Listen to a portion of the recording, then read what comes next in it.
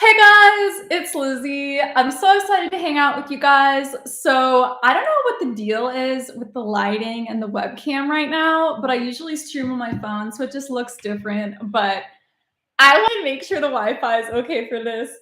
So, I haven't been on YouTube that much just because I've been working so much, not on YouTube, not for social media, but just saving up for life. I'm getting married next year. We want to have children really soon.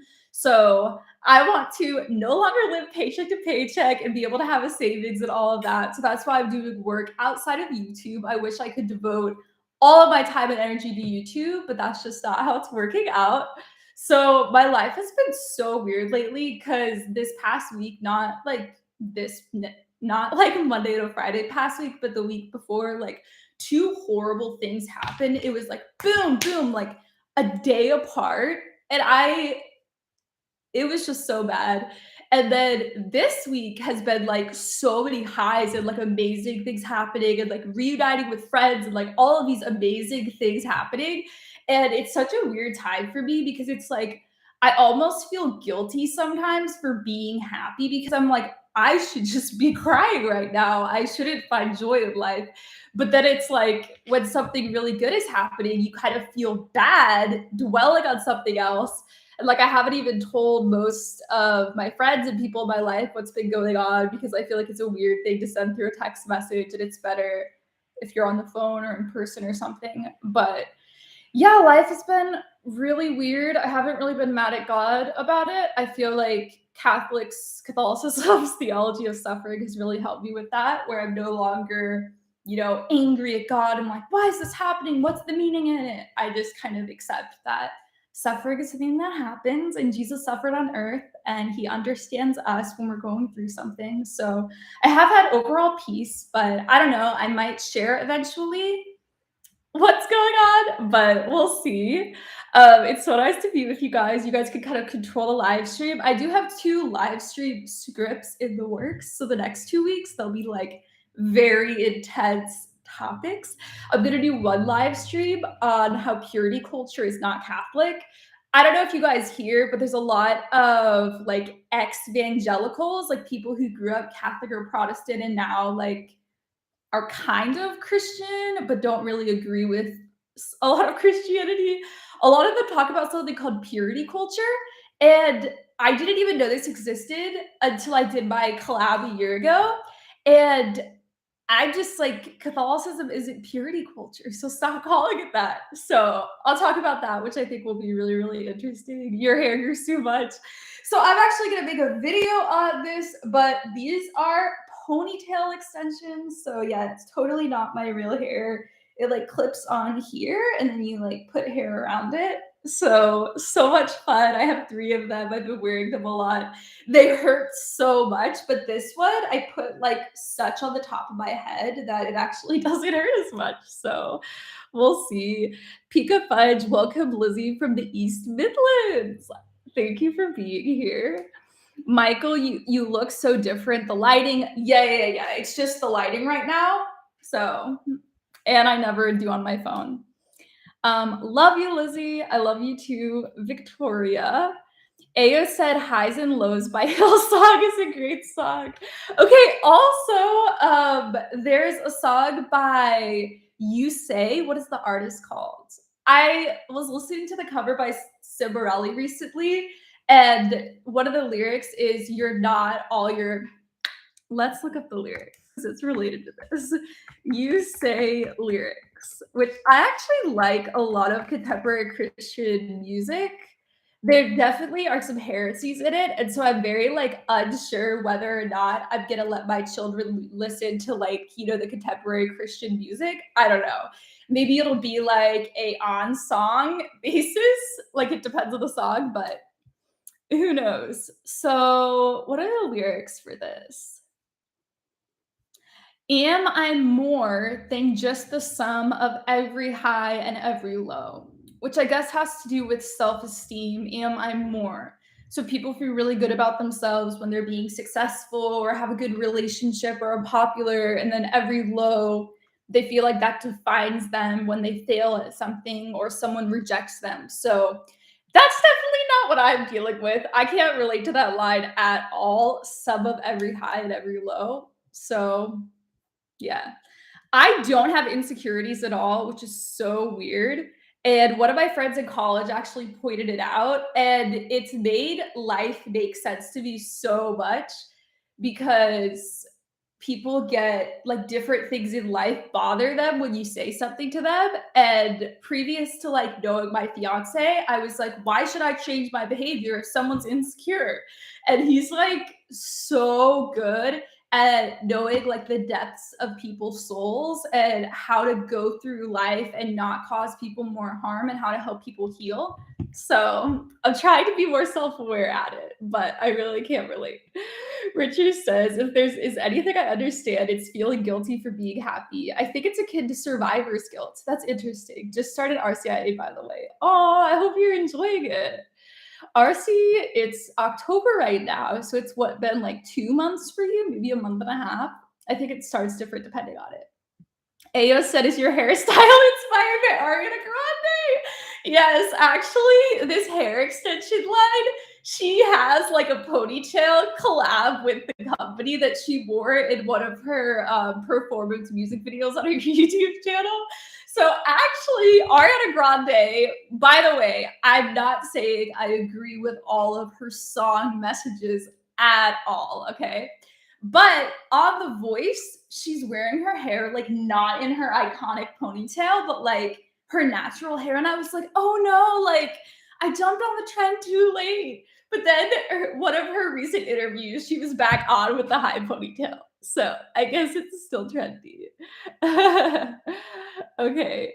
Father Jacob, yay, nice to see you. You might be interested in looking up Amanda Vernon's interview with the original author of I Kissed Dating Goodbye, who has since disavowed his previous work. You can watch it on his Instagram account.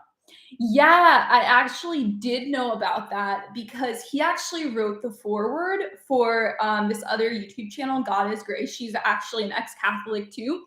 So ex-Catholic isn't a good word to use because everyone's Catholic by their baptism forever, but she left Catholicism basically. She grew up Catholic. But yeah, he actually wrote the foreword to her book and I was like, what? Like who? Isn't that the same person? But yeah, I never read that book. That was never part of my church or my upbringing, but I have heard about it. So I guess it really affected a lot of evangelicals, but like my church and upbringing was not evangelical. Lizziana Grande. Yeah, her songs that like don't become singles and are not popular are like the really depth songs. And then all her songs that are big singles are like only about sex. And so I feel like anytime I reference that I listen to her music, everyone makes all these assumptions about like the type of music I listen to, which like a lot of her music I don't listen to and hate because of that. So, oh, and my shirt, it says, the dogma lives loudly within me, which was a meme a couple years ago. You guys probably know what it refers to, so we don't need to get into it though. Caitlin says Christopher West explains Catholic sexual ethics in a really beautiful and non-toxic way. I went to one of his conferences, Theology the Body conferences in, I think, 2018. So actually my roommate for that, she said she is a youth minister. And I was like, what? Women can be youth ministers in Catholicism? Because I was like, I'd only been Catholic for like 2.5 months or something. And I was like, oh my goodness, this is so amazing. So, does she have merch? Do I have merch? Yes. Although my fiance is supposed to update it. So you guys should reach out to him and tell him to do that. Caitlin says, I have a shirt with the same quote. Yeah, I have a cup with the same quote too. It's super iconic. Fabiola, hi. Ayo, what is your wedding? It is next year. I'm so excited. My wedding dress shopping is happening in the next month. So I'm gonna film it. One of my brides, I don't know, two of them are probably gonna like do filming duty. I'm not gonna make it too much into a vlog because I just want to hang out with my friends. But the shop we're going to did approve filming inside. That was really, really important. Although the most important thing was like cheap price for dresses because some of these places, the dresses are like $10,000. And it's like, my wedding is gonna be $10,000, not only the dress. So I think that's crazy. Trudy, hey Lizzie, how are you? I'm good. Two really horrible things happened in my life last week, and then recent things with like seeing friends and trips planned has been really, really fun. But it's kind of been a mixture of both. Fabiola says pink looks pretty on you. My favorite color. Oh, and look. So I got my nail. I'm still engaged, by the way. I just don't have my ring on because I was cleaning earlier, so I forgot to put it back on. Anyways, so I always get my nails done with squares on them. So I decided to go with almond. So she didn't do almond. She did talent. Like, don't these look like talents? With how sharp they are. I think it's hilarious. I was gonna tell her to make it not as sharp, but I was like, I actually really love this look. It looks like I have weapons on me. So I'm a fan. Trudy, thank you so much. Father Jacob, are you excited that St. Irenaeus is being declared doctor of the church? Yes, I'm so excited. It's excited. It's amazing. A lot of people were saying he wasn't a doctor of the church. Everyone always thought that. So he's the doctor of Mariology. I feel like everyone's been saying that for a long time before this became official. Creditor says, I understand. You're not Catholic Answers. The verse has just been bothering me a lot lately. Who? Oh, okay. There's another Bible verse. Sirach 22:3. Okay, I'm going to read this to myself before reading it out loud. Okay.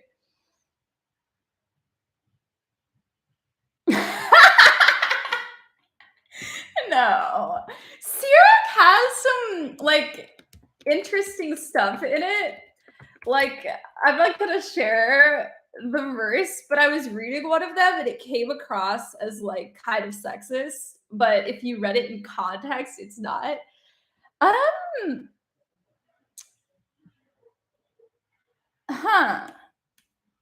Yeah, that's really interesting. I'll definitely bring that up with the Catholics in my life.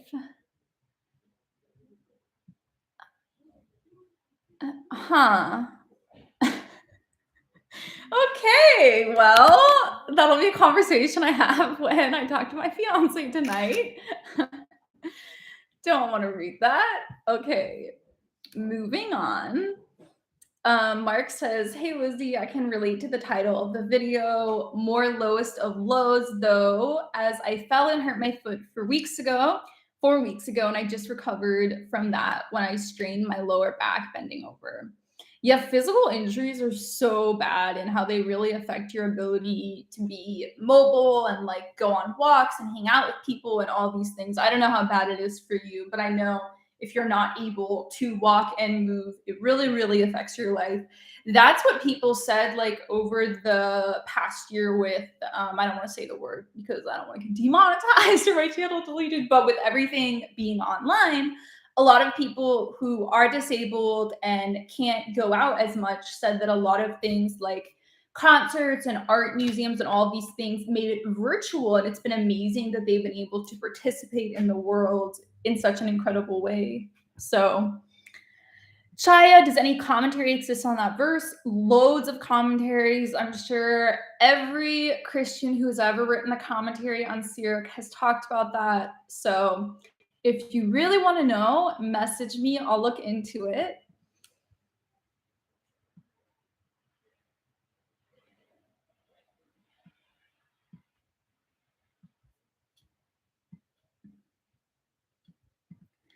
Fabiola, do you have any tips for someone trying to leave a different church and switch to Catholicism?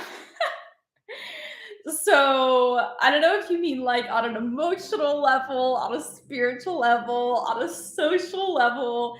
Um, when I converted to Catholicism, I just moved. And so it wasn't like I was living in the same city as the Protestant church I was going to.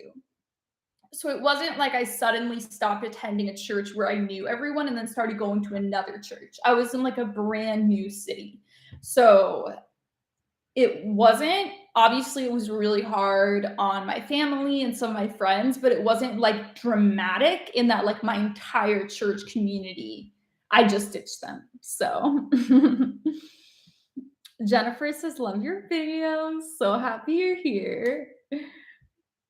Heather says, would it be wrong to marry in order to keep self-preservation along with the spouse? Due to everything happening these days, I often wonder if I should give up on hopes and dreams at the end. I don't understand what you mean. Sakura, can objective morality be argued from a secular perspective, or would you need to start with God? What to read? So that is like the age-old question if you need religion for morality. And so obviously, like most, I can't speak for everyone, but I would say a lot of Christians, a lot of Protestants and Catholics would say that we do get morality from God. And I would say, like, one of my friends who is agnostic, he wrote his, I think, thesis in our philosophy department on how you can get to morality just through utilitarianism. And obviously, I disagree with that.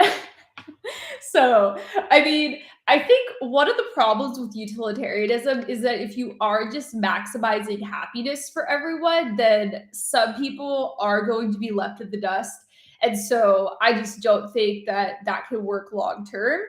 And one of the things that has really aided my understanding of this is thinking about like evolutionary theory for morality and why like a lot of things arise the way that they do. Like racism is a great example. So millions of years ago, when people were living in their little village with the people they knew, anytime they interacted with someone who looked different than them, who was from a different village, who spoke different than them, it was like a threat to their well-being because of the way things were.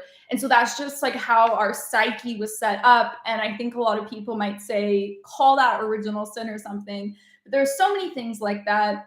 Even like polyamory, the way people don't want to be like monogamous in a relationship, like it makes sense, especially that men want to be more like disloyal in relationships, because back like millions of years ago, the man would want to like create the most offspring, and so having sex with more people would be better for that, whereas like a woman is stuck with a child, and so she's less likely to be disloyal in that sense. So I feel like with so many problems in society, you can look back and see why things are the way they are, like psychologically in us, why we have those defaults. And so when trying to say that we can get morality from just like looking at the world, it's like no, because a lot of our defaults that are in place are so deplorable. And so it does make sense that we do need God for morality. Joshua says, welcome back. I'm so happy to be here. Maddie says, love your hair. I'm going to make a video reviewing the ponytail extensions. So I really am testing them out and wearing them around, because when I first got them, I was like, I hate this, because it's so much weight to get used to. But the more you wear it, the easier it gets. Music by Kate. What is the definition of a Christian? Very deep question. So my experience in Protestantism was a church that tried to say, like, you're not Christian towards a ton of different groups. We believed that anyone who wasn't full immersion baptized wasn't saved, wasn't a Christian. And so the Catholic position on it is that baptism leaves an indelible mark on your soul. So anyone with a valid baptism is Catholic. And, you know, the way I see it is that's true, is that Catholicism is Christianity. And so when I say Catholic baptism, it's Christian baptism because Catholicism is Christianity. And so anyone who has a baptism with water, and they have to say in the name of the Father and Son and Holy Spirit, so it has to be Trinitarian baptism. Anyone with a Trinitarian baptism is a Christian. And so that's why I need to get out of the habit of saying ex-Catholic, or because they're always Catholic. Like they always have that indelible mark on their soul. They're just someone who's left the church and is not practicing. So all of you also need to get out of the habit of saying ex-Catholic. We should just say Catholic who's no longer practicing. Or, I mean, I don't know what we would say about someone who left Catholicism and is like atheist now or Protestant now. Like, what would you say? Catholic who became atheist, but it's like they're still Catholic though because of their baptism. So interesting. Sakura, gonna pray a rosary now. I'll be praying for you. Oh, enjoy. Prayer time is the best. Okay. Danielle says, Lizzie, please check your Instagram DMs. I've been dying. Oh, she just deleted it as I was reading it. Maybe there's a typo in it. I don't know. Aya says polyamory seems to be on the rise. Yeah, it's such a real thing. Like, I didn't think it would happen this soon because it just seems so out there, you know, and so extreme. But yeah, it's already becoming a normal thing. Like, I don't want to say names, but this one YouTuber I used to follow was in a polyamorous relationship for a long time and talked about it. And I was like, wow, like, this is becoming such like a normal thing now. Obviously, I don't approve of it, but it's funny. Father Jacob says, instead of ex-Catholic, I suppose you could say fallen away Catholic. I feel like that's very condescending. Like, I think a lot of people, I'm not saying you're being condescending, but I think people would interpret it as condescending. A schismatic Catholic also offensive. Or perhaps Protestant is still effective. After all, if one leaves the church, it usually is in protest. Yeah, so I guess there really isn't like an easy word we should use. I guess we could just say left. I don't know. Person who grew up Catholic and now is atheist or now is Protestant, I guess. But it's kind of like I used to say mortal sin all the time. I was like, that's a mortal sin. That's a mortal sin. And one of my priests once was like, Lizzie, stop saying that. You have to say grave matter about all of that. And so now I never, obviously, I'll use the word mortal sin when talking about it. But if I'm like talking about a specific sin, I'll be like grave matter.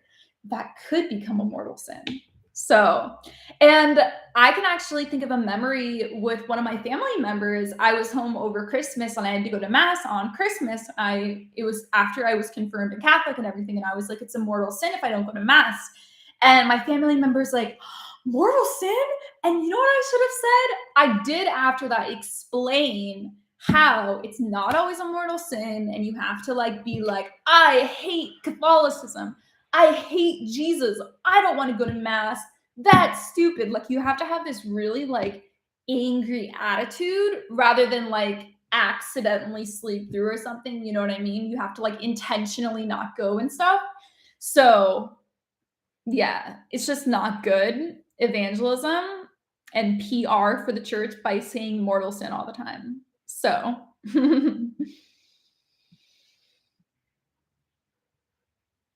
it is too many of us Catholics living the bare minimum that it makes it easier for people to leave the church. Yeah, that's interesting. I don't know why people do. I mean, I would argue the opposite. I think when people are living out the faith radically and following all of God's law, I think it's hard. And I think people can leave because of that. And so I think, you know, if people aren't following the rules of the church and they're not living out the faith and it's something that doesn't need to be 100%, I think people would stay more. So I think people living it out is what makes it really hard. I've got the perfect title. We should call them Catholics in Need. That's condescending too. See, I was talking earlier about how I don't have insecurities, and I've been trying in the past few years to like look out for other people's insecurities and not scar people more. And so this is a great example of me doing that.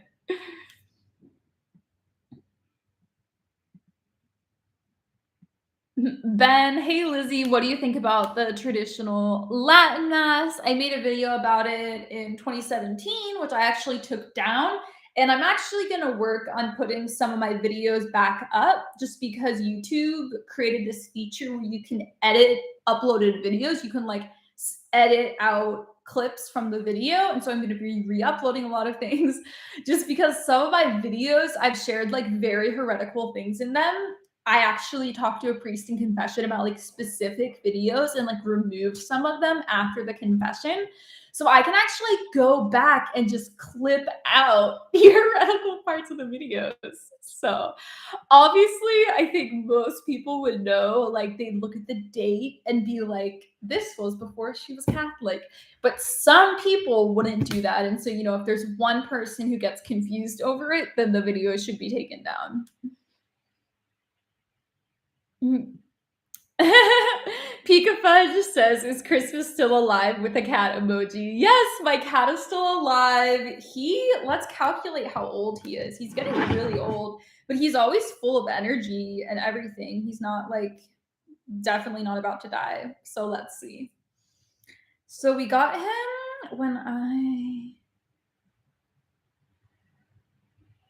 so he's 17 years old, which is really old. I'm going to be so sad if he dies. I mean, my parents will be the saddest because he lives with my parents. So, Danielle, I had been looking forward to hearing back from you. You had asked me about joining a Bible study you were doing. So that was in 2020. I did a summer Bible study for 3 months with different subscribers. There were like 3 different groups. And it was super fun. I found it so meaningful and exciting and just very invigorating to my soul because that was right when everything started with things closing and like things were just not open and I couldn't have a normal life. So it was really amazing getting to connect with you guys in that way.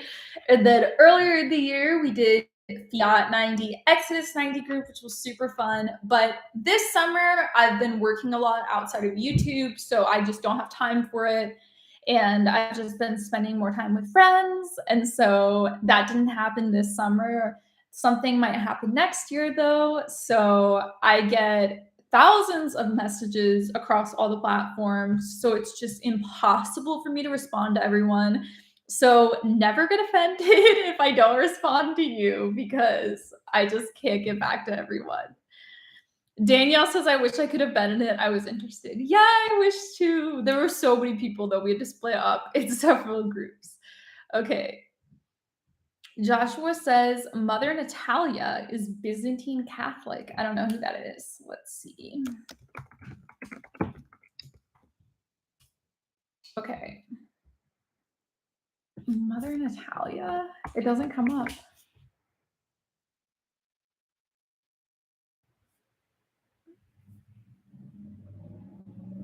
Yeah, I don't know.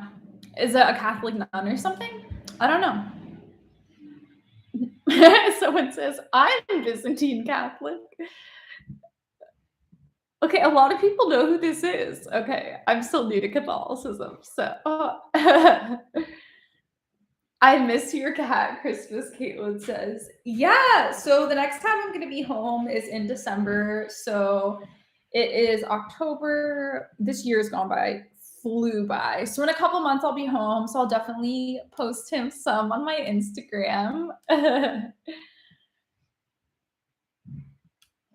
Caitlin, please do a video with Christmas next time you see him. I'll like pop him up in my live stream, but he does not like me. Like the past couple years when I've come home, he's like hissed at me right when he sees me. And so I've just like not been touching him at all because I know he just feels uncomfortable around me and he feels like I'm gonna pet him without his consent. And so I was actually home for 3 weeks earlier in like May or June of this year. And so like I never touched him. I didn't walk near him. And after 2 weeks of that, of ignoring him, he came up to me and like rubbed my leg and laid over and like looked up at me and wanted me to pet him. So it took 2 weeks of ignoring him to get that amount of trust. And then Trevor comes to hang out at my parents' house, and literally like the first time he sees Trevor, he runs up to him and like starts smelling him and wants Trevor to pet him. And I'm like, why do you like him when you grew up with me? So yeah, my fiance is just like not that much of an animal person, and like cats and dogs love him. And he's like, I don't want to interact with animals that much, but they really like him. Okay, everyone's talking about Byzantine Catholicism, which I love. The closest Byzantine is an hour driving, depending on traffic. Yeah. I feel really bad for people who are Orthodox because they must have to drive so far to go to Divine Liturgy because there's just not as many people who are Orthodox in our country. So, but I guess you could plan where you live depending on where you go to church. Like that's a really big part of people's lives. So I'm sure they pick a house accordingly. XC seems like all Christian young women are engaged. A lot of my friends aren't engaged, so that's definitely not true. And I'm in like my mid-20s, late 20s now. So I feel like that's a normal time to be engaged. Most of my friends are married, so I'm next. Alex says, I love God. I love Pope Francis. Caitlin said, I lectured a couple weeks ago at a Byzantine Vespers. Aw, it was my first time in a Byzantine church, and you got selected to do scripture readings? Wow. Did you know the priest or something? I hate lecturing. I don't know why. It just makes me like really scared to do it. And I've done it in daily mass a lot. Like that's fine because it's like I know everyone there. It's like the inner circle of our parish.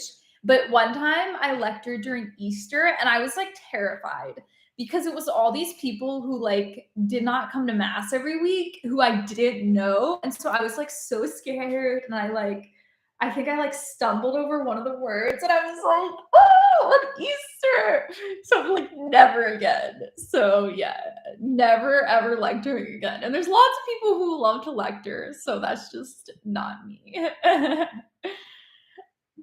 Kay says, for the first time, I noticed people slamming the kneelers. Oh my goodness, guys. 2 weeks ago at Mass, I wasn't even trying to move the kneeler. I was standing up for one of the prayers and my foot hit the kneeler and it like slammed down. And I was so embarrassed. I was like, no, because I tried throughout my entire life to never crash a kneeler. Like I always take it down so slowly. And so I was like, the reason this happened is because I didn't take the kneeler down at the beginning of Mass. So never again. It's always going to be down at the beginning of Mass. Caitlin says, I was with school with the dean and they reached out to me to volunteer since one of the lectors dropped out of it last minute. That was so cool. Alex says, what does it mean to be a cultural Catholic? So different people mean different things by that, which pretty much everything in life is like that, where everyone has different definitions for things. And that's like the reason we're arguing with each other because we're not even arguing about the same thing. But I think people say it about someone who will attend Mass on like Easter and Christmas. They might carry around a rosary, have some Catholic art in their house, pray, but they're not someone who is practicing Catholic in that like they're at Mass every week, confession once a year, Eucharist once a year, tithing to the church, like all the rules you have to follow to be a practicing Catholic and like a Catholic in good standing. They don't do that. So I think that's one of the definitions, but people mean different things by it.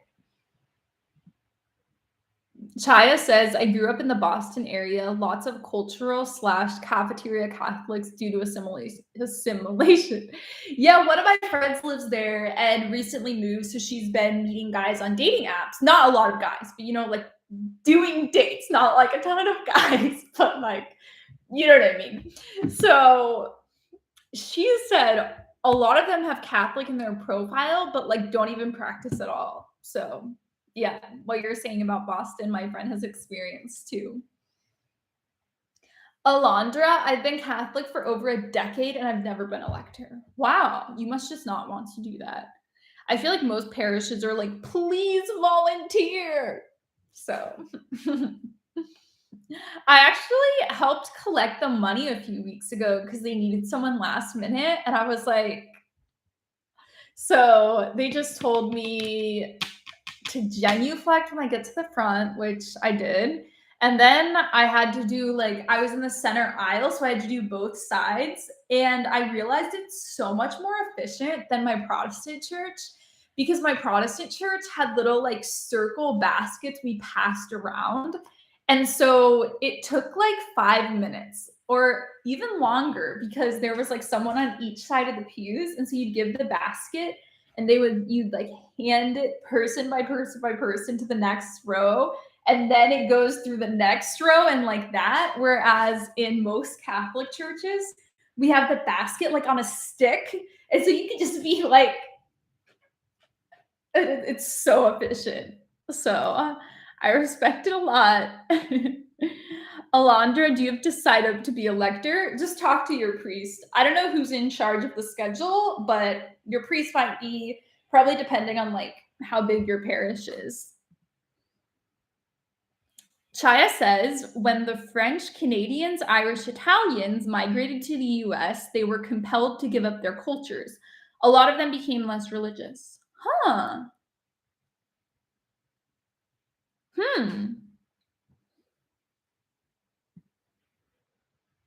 Joshua says, from what I understand, one is to support your home parish as you are able.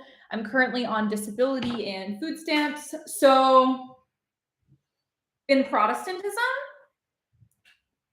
a lot of people do the 10% thing. In Catholicism, doesn't require that. So it's whatever you're able to give, even if it's a penny. I'm serious about this because one of the stories, Jesus says the most generous woman was the one who put a quarter of a penny into the money thing because that was all she had and that meant so much to her.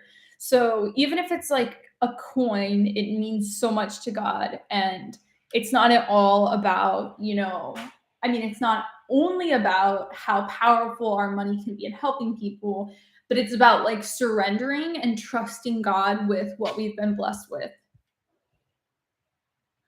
Chris Tuttle, CPA. Thank you for your channel wholeheartedly. Aw, I haven't heard someone use that word in so long.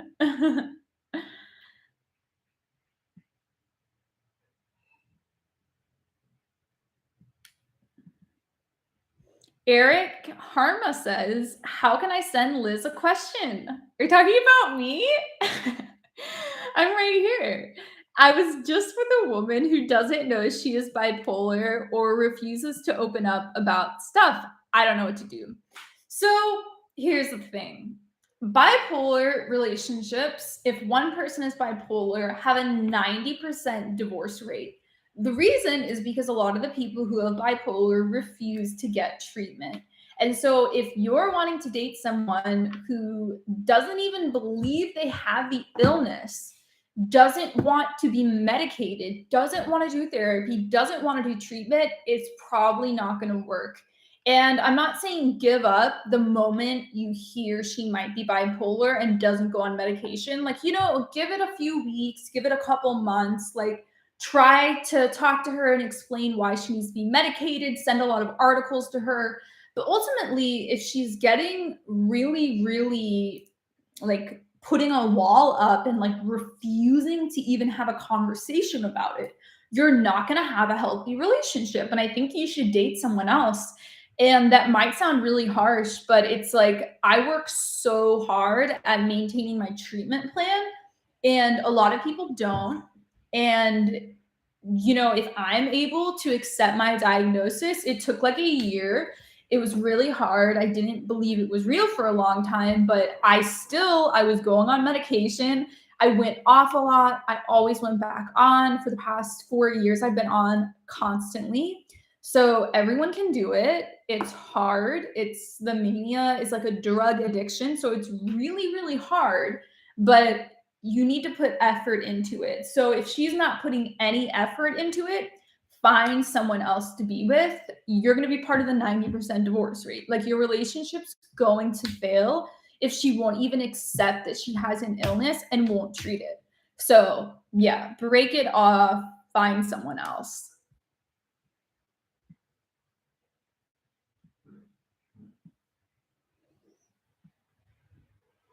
So people are talking about communion at a Protestant church. So if you're a Catholic, you cannot receive communion at a non-Catholic church, because the Eucharist is one of the most important parts of our faith. And so having someone else do a communion service that's not the Eucharist, it's participating in that. It's almost sending the message that it's the same as Catholic communion. Like, there's no difference between the Catholic communion and the Protestant communion. Like, both are great, both are reverent. You know what I mean? And they're very, very, very different. I'm not saying that Protestant communion is completely irreverent. I think that there's definitely beauty in Protestant churches. There's truth in Protestant churches. There's devotion in Protestant churches. But our theology in the Eucharist is a huge difference. And so it's totally against canon law to receive communion at another church. You just shouldn't do that. And I have talked about going to Protestant church and how to do it. I have a video on that. I've gotten a lot of hate on that, surprisingly. Talking about like going to Protestant church when I'm like visiting my family. It's like, why are you doing that? That's horrible. And it's like, we're totally allowed to do it. And especially if someone is married to a Protestant, you're allowed to go to Protestant church every week and then them come to mass every week. Like, that's allowed for your family. So yeah, church is okay with it. Alex says, my friend was recently admitted to the hospital due to severe depression and doesn't know how to reconcile themselves to the church and being trans. I'm really happy that your friend was in the hospital, because suicide is a horrible thing and it's so sad. I actually have never known like a direct friend who has ended their life, but all of my guy friends, like all of my guy best friends, that's what I mean, have had like a close friend who did that. And I've seen how it has affected my friends. Like, one of my college friends, it happened when we were in college, and like I talked to him the day of like one of his high school friends, and it's just like, it's horrible. And then one of my childhood best friends, this was like in 2015. Actually, it happened to both of them in the same, both my junior year. But yeah, so like I've talked through my friends losing someone that way. And so I'm really, really happy that your friend is getting treatment and taking it seriously, because I think a lot of people with depression don't view it as a medical thing and don't do the treatment. So I would really encourage your friend to go on medication, see a therapist. That's so, so important. And then talk through everything else with a priest who you can really, really trust, or a brother. I think it should become more of a thing to become friends with nuns and monks and people who do religious life but aren't a priest, because being a priest, you're so busy, and so bigger parishes, like there's no way that the priest can be like intimately involved in everyone's life. And so people in religious life should instead be all of our friends and help us through things like that. Fabiolo, sorry if this is a dumb question. Never start with that. Everyone's asking the same questions. Who is considered in communion with the Catholic Church? Do you just have to be baptized or what?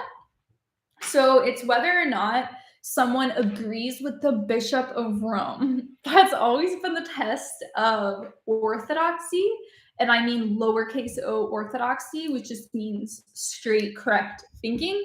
So throughout church history, the show of whether or not you're in communion with the Catholic Church is if you're in communion with the Bishop of Rome, the Pope.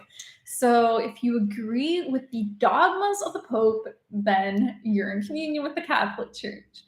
There's a lot of really cool quotes of church fathers saying it like that. Okay. Caitlin says it's really cool having classes with seminarians and religious sisters. Oh, yeah. That's the best ever getting to be friends with people who like their whole life is God. Crimson says, I'm Eastern Orthodox, but enjoy your videos, Lizzie. Yes, there's a lot of Orthodox people here.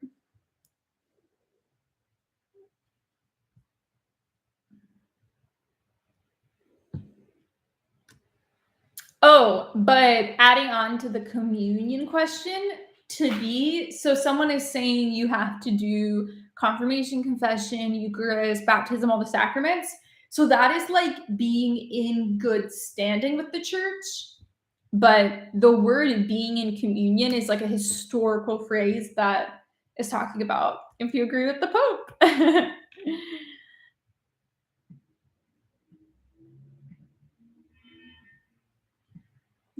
Fabiolo, I am baptized. When I was a baby, my mom used to be Catholic, but I never got to do my first communion. Yeah, so there's totally people in RCIA who aren't converting into Catholicism, but they grew up Catholic, but they like never got confirmed, never received their first communion. So they also are in RCIA. So it's not just people converting.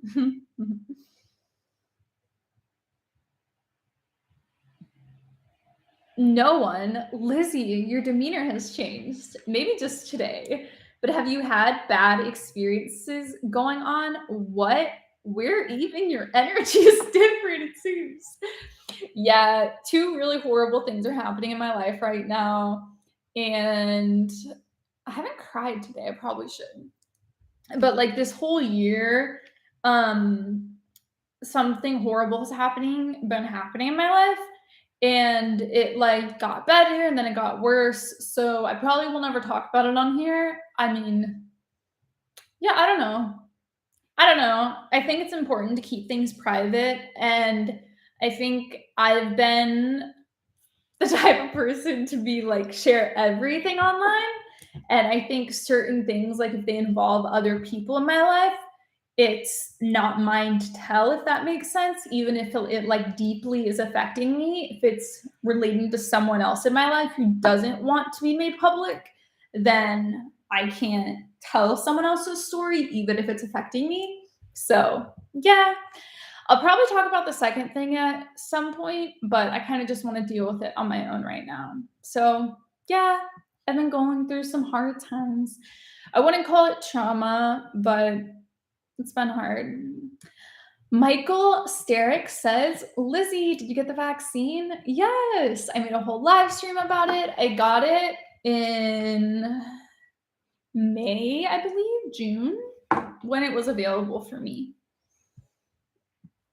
And I think I should be set to get the booster soon. So, oh, flu shot. I still haven't gotten my flu shot. You guys need to get your flu shot for sure, because that also helps save lives. I haven't done it yet. CVS gives them out for free. So maybe if you have health insurance, I don't know if you have to have health insurance. Good. Fabiola says, I now will stop taking communion at my current church. Thanks for the insight. Yeah, I mean, this is something I did not learn in RCIA at all. So learned it later on.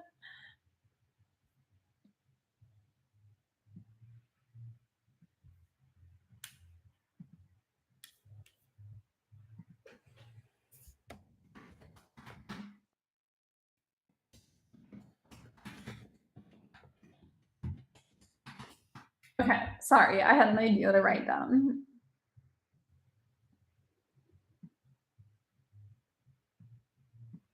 Alexis, what are your plans for this fall season as far as traveling? I have so many exciting trips. I'm not going to share just because I don't want people to know where I am. Especially if you're like flying into a city and I'm like, oh, I'm flying in on this day, like someone could show up to the airport. So, yeah. And when I travel, I like a lot of times with my friends, we'll like walk around a lot and like do touristy stuff and like go out to eat. And so when you're like in public in a place, it's kind of like, oh, you're in this city, here's the downtown area of the city. So, yeah, I'll probably post it about it after the fact. I'll take some cool pictures of the church art in whatever church I go to. So,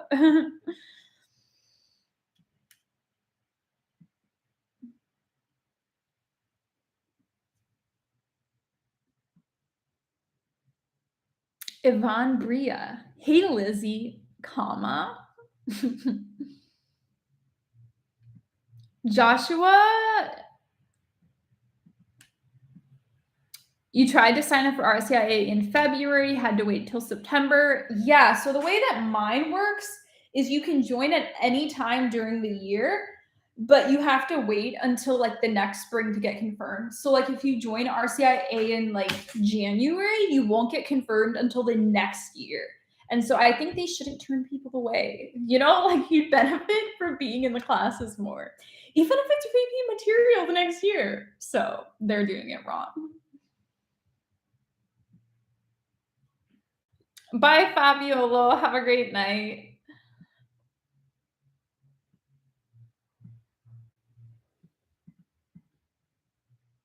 Yay! I'm glad you guys are thinking about how to get your flu shot. That's really important.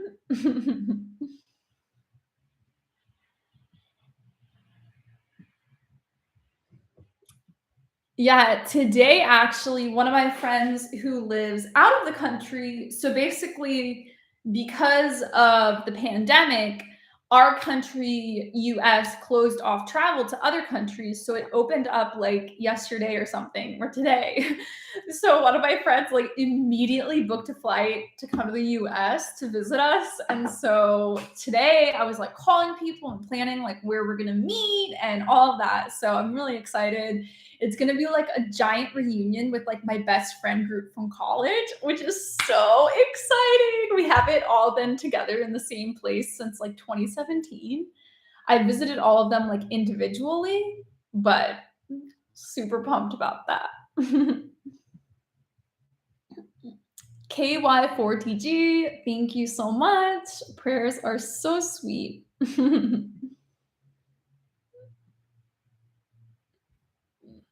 Yvonne, still typing. I'm looking forward to your question. If any of you just got here, I was just saying that everyone should get the flu shot. It's really important. My sister got the flu a couple of years ago and it was brutal. She couldn't work for like 3 weeks. And so I think a lot of people like might not know anyone who's gotten the flu, but even if you're young and healthy, it can like really, really affect you. And then you're also saving the lives of other people. So totally worth it. It's crazy to me because I never thought of the flu shot as like so important about helping people who are elderly or have weakened immune systems. But now, because of the pandemic, it's like, why weren't we always thinking about the flu shot in the same way that we think about the pandemic? So I will prioritize always getting it now.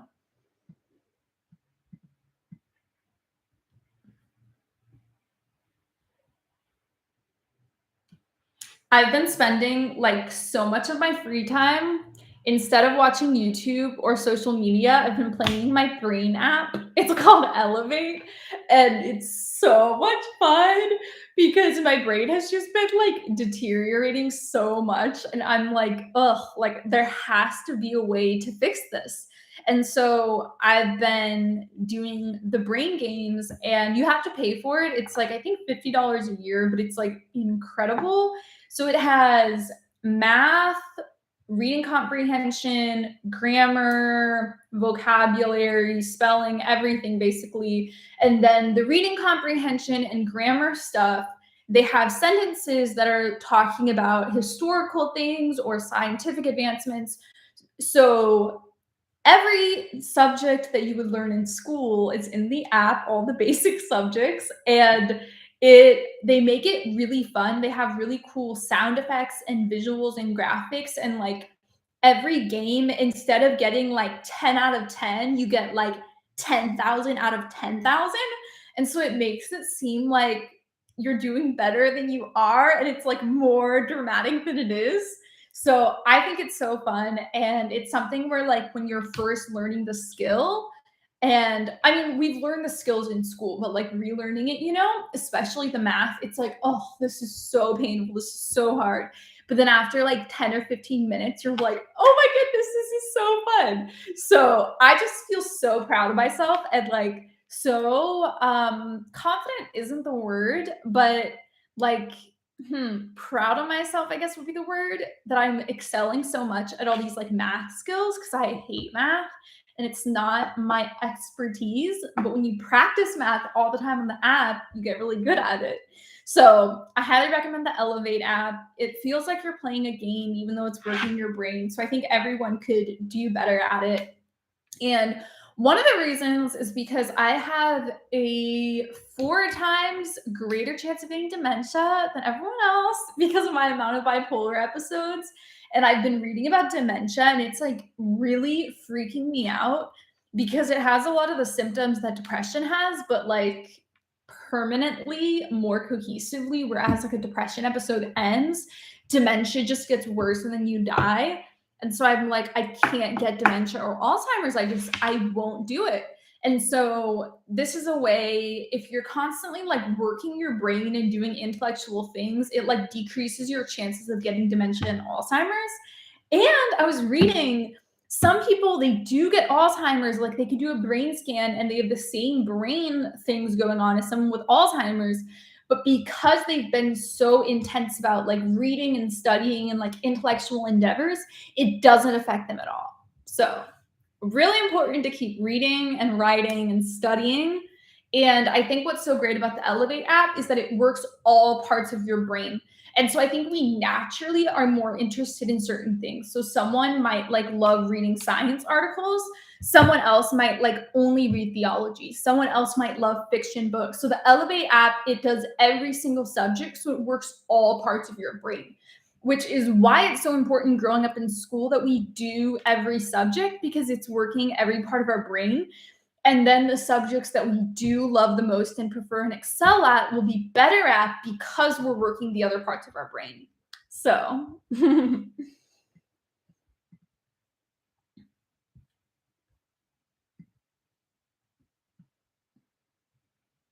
Caitlin says, my grandfather's had dementia. My dad's mom had dementia, and then his biological dad did as well. So it's really, really, really scary. Yeah, my dad's really scared of getting Alzheimer's, but he won't just because he's a scholar. So he's like reading constantly, thinking all the time. So he'll be one of the people who, even if he has the Alzheimer's brain, he won't experience any of the symptoms. So I'm not worried for him. Okay, Yvonne. Hey, Lizzie, this is like 10 minutes later. You come back with all your topics. Okay. I just came back from the Shrine of Saint Katera, along with the Shrine of the Lady of Martyrs in upstate New York. I highly recommend them if you have ever had a chance to visit. I'm going to screenshot this because I actually have friends in upstate New York. Okay. My husband and I are not Catholic, but have been invited to a baptism tomorrow. Aww. What are some ideas on things we can get the 2-year-old and her baby sister for their baptism? Okay, so go on Etsy, and there's a lot of like Catholic baby gifts. So I got my friends a like onesie baby thing, and it said like saint in training. And then what was the other one? It had like let me go to Etsy real quick. You could just type in like Catholic baby clothes and a lot of things come up. Let me see. Oh, I have to, I don't know if I have any. Oh, okay. It automatically knows my sign in. Okay. let's see your account orders. Let's see what it was. Okay. Wow, I've gotten a lot of Catholic stuff on Etsy. I got this shirt on Etsy too. Okay. So one said Saint in Training, the other one said Cradle Catholic on it. So here, I'll actually link them for you. So if you want to buy the same one, I think they're super cute. Okay. Okay, I'm linking both of the Etsy things. Also, Emily Wilson has, I don't know what, oh wait, yeah, she has both genders. She had a book come out, like God's Glorious Girl and God's Glorious Boy. I haven't read them, but apparently they're supposed to be super cute. Let's see if Emily Wilson has a website for her books. She's a really big deal, like Catholic influencer. You've probably heard of. Wow, Emily Wilson, a different Emily Wilson comes up. Emily Wilson Catholic. Okay. Emily Wilson Ministries. She has a photo in front of her house. I hope it's a different house than her house. It has the number on it. That's so scary. Huh. Okay. Let's see. My books. Here we go. Okay, cool. I found the link. God's Brave Boy and God's Glorious Girl. Okay, here we go. Emily Wilson books. It's so easy getting Catholics gifts because you can just get like icons, statues, saint medals, crucifixes, Catholic memes. There's just so many more things. Okay. Yvonne, continuing. I watched your videos before. Oh, this is a different person who asked about the baby clothes. It has like the same color icon. This is what you guys need to get individual pictures. Okay. Or just a picture of something else if you don't want your face on it. I watched your videos before you decided to convert. Ironically, during this time, I became agnostic. I recently started to rewatch your videos a few months ago as I just recently decided to revert. Oh, yay! I will be getting confirmed in December. You and your videos have been nothing short of awe-inspiring. I truly appreciate it. Oh, so happy for you. That's so exciting.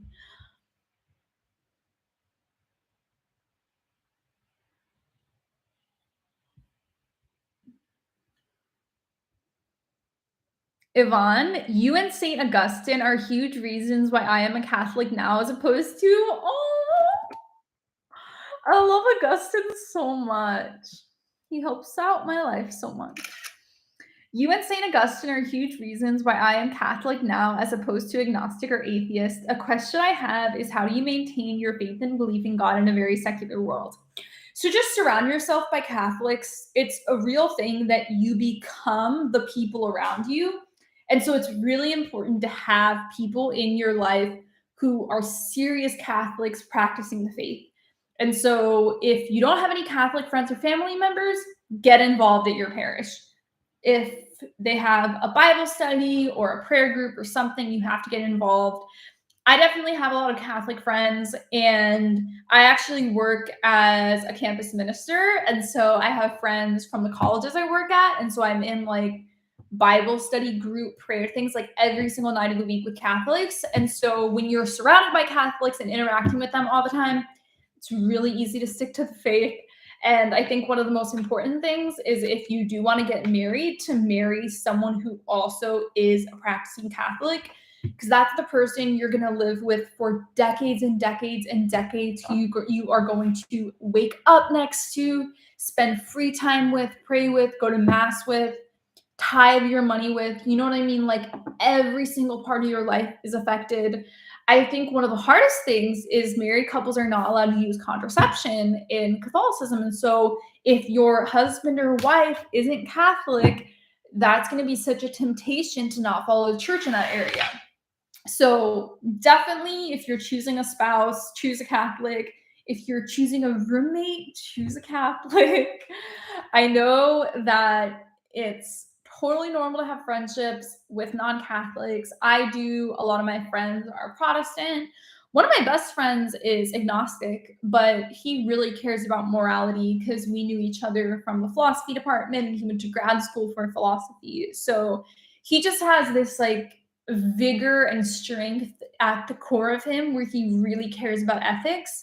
And I think that's something that like jives with me so well. And even though he doesn't know if God exists and he's not Catholic, he's still he's such a good guide in morality, if that makes sense. So I feel like people, even who aren't Catholic, can be really good influences on you as well. But if everyone in your life is doing things that are against Catholicism, then you're likely to become like that. And so it's good not to ditch friends, but to just spend more time with Catholics than non Catholics. Okay, Joshua, do you think that one more thing I want to say. I think that the question is not like, oh, should I have Catholic friends? Should I have non-Catholic friends? The question should be like, do you enjoy being around non-Catholics? And so I'm not at all speaking for everyone, but it is like breath of fresh air when you're with Catholics and no one is gossiping, no one's talking negatively about anyone, no one's complaining. People are positive, uplifting, they're joyful. Yes, we have struggles. Yes, we have hard days. Yes, we have illness and death. But generally, when you're conversing with other Catholics, everyone is positive and happy and not gossiping. And like that environment feels so amazing.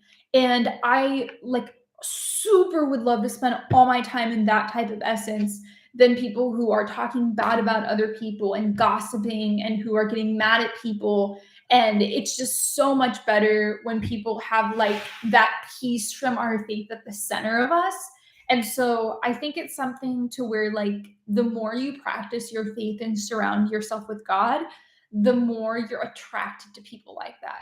And it can also be people from other religions. It can be Protestants. But I mean, Catholicism, a huge part of it is your ethics and how you're living. And so I think if you find other people who care about the same ethics, even if they're not Catholic, that can be a really good influence on you.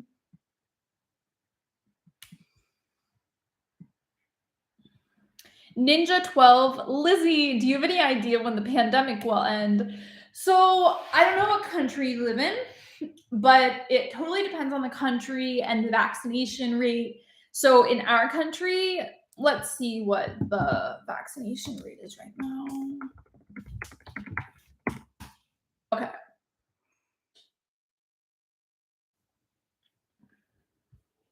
So right now, only 57% of the population is fully vaccinated. So that's really bad.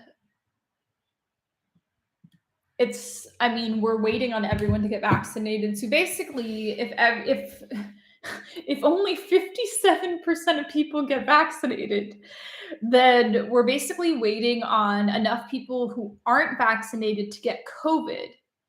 And I think if enough people either get vaccinated or get COVID, then we'll get to that. What is the word I'm thinking of? My brain is so annoying, the decline it's experiencing now.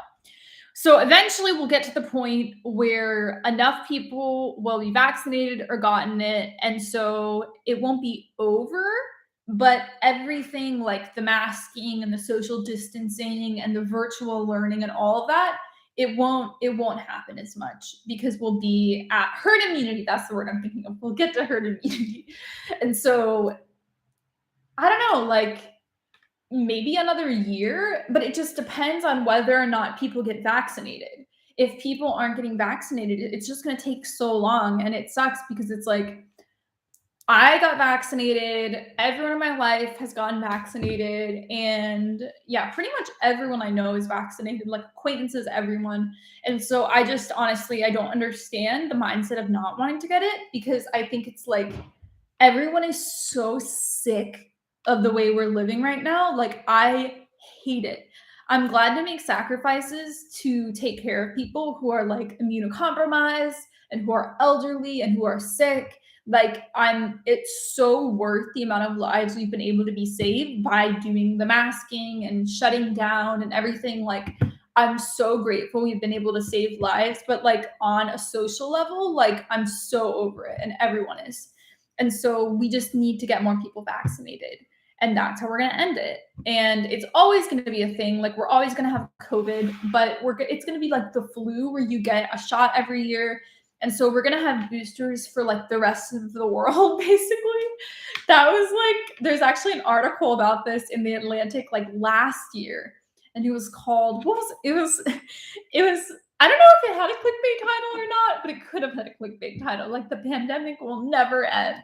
But yeah, it was just talking about how we're always going to have to get boosters for the rest of our lives. So I think what we've all learned from this situation is that tofu will never cause a pandemic. The reason the pandemic happened is because people were eating meat. And this is how so many of the issues that we've had have gone back to animals.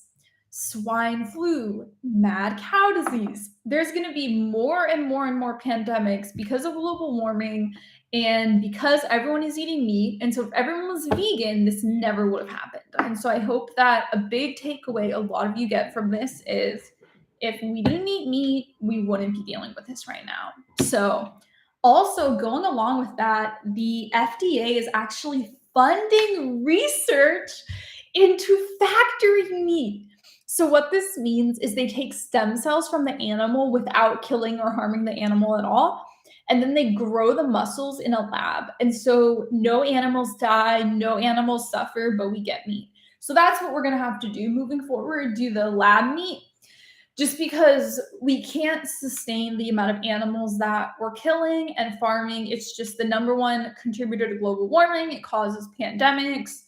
We're putting so many hormones and steroids in the animals that are getting into humans and creating antibiotic resistance diseases. And so it's just like we have to find another way to eat meat. And obviously everyone should be vegan. It adds 15 years on average to your lifespan. And so from like a health perspective, we should just not be eating meat. But, you know, there's enough people who will just never go vegan. And so for those people, we should just do the factory meat with no animals being harmed. So I'm really glad the FDA is finally addressing this. The FDA has been really sketchy before because some of the people who are part of the FDA, I don't know currently, but they're also like they also own like meat production. You know what I mean? Like they're involved in both. It's so sketchy. So I'm glad they're finally taking it seriously. Okay.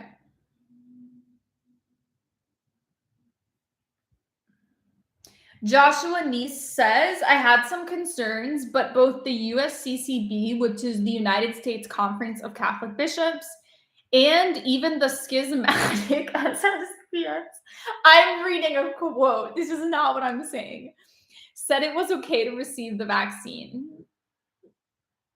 Yeah. Yeah, schismatic SSPS. Okay.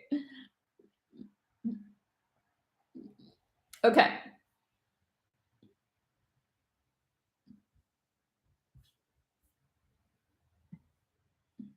Alex says, I'm having a hard time reconciling evolution with the creation narrative. I understand it can be taken I understand it can be taken as allegorical, but evolution just seems so random and also involves death pre-fall. So I was thinking about this today, how amazing it is that the way God created the world was not just like, poof, everything exists, but it was through such an epic means. Like thinking about the Big Bang with like the quarks and antiquarks multiplying and everything, it was just like such an epic, powerful way of creating life. And I think it shows God's glory and strength so much more profoundly that we have this mechanism of creating everything rather than just like poof, everything exists. But it was through like this amazing means of doing it. And so I think it just further glorifies God the way it worked out. And I mean, that's from like a, like wide perspective of why God chose to do it that way. But from the factual perspective about it, if you look at how early Christians interpreted the Genesis narrative and Jews, everyone knew that it was allegorical. There weren't people who are thinking that it's talking about a literal 6-day creation. And so when you're looking like who says it's a 6-day creation, it's like Protestants in the past century. Like no one before that was like, oh, this is literal. Like people just didn't think like that. It's a brand new American evangelical theological invention. Other people never thought of it like that. And so this goes back to sola scriptura and why I'm not sola scriptura. And this is a really amazing example of how horrible sola scriptura can be. It can lead to, new earth creationists who are just completely going against objective science. And so I don't know what religion you are, but if you are Catholic, that's how everyone was interpreting the Genesis narrative as allegory. And I mean, the Bible has so many genres in it. And so it's really important to read what Jews at the time, what Christians at the time, how they were understanding it rather than our perspective, like 4,000, 5,000 years, anyways, thousands of years later.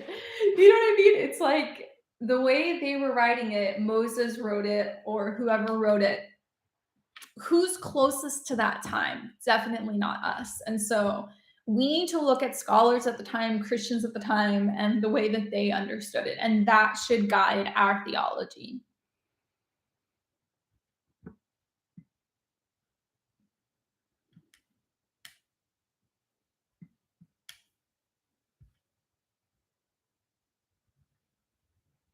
And when it comes to like issues you're having with like squaring it away and making sense of it logically, that's secondary. Like primarily you're looking like, wow, the earliest Christians, Jews at the time, everyone said it was an allegory. And so that's objectively true that it's understood that way. And so these questions of making sense of it, that's secondary. First, believe in it. Afterwards, you can dialogue with people, you can research. I'm sure so many Catholics have written articles and books talking about this topic, and you can find those answers if you look for them. So this definitely isn't something that like you're the first person struggling with it, like, I mean, even, in the early church, people were, dissecting it and understanding it. Like, it's always been hard to understand. So yeah, you're not the only one who's thought this before.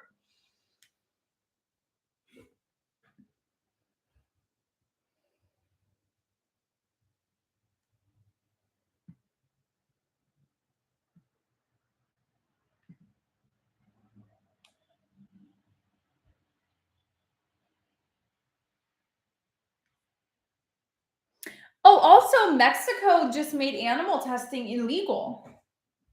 I was really, really happy about that. I was like shocked.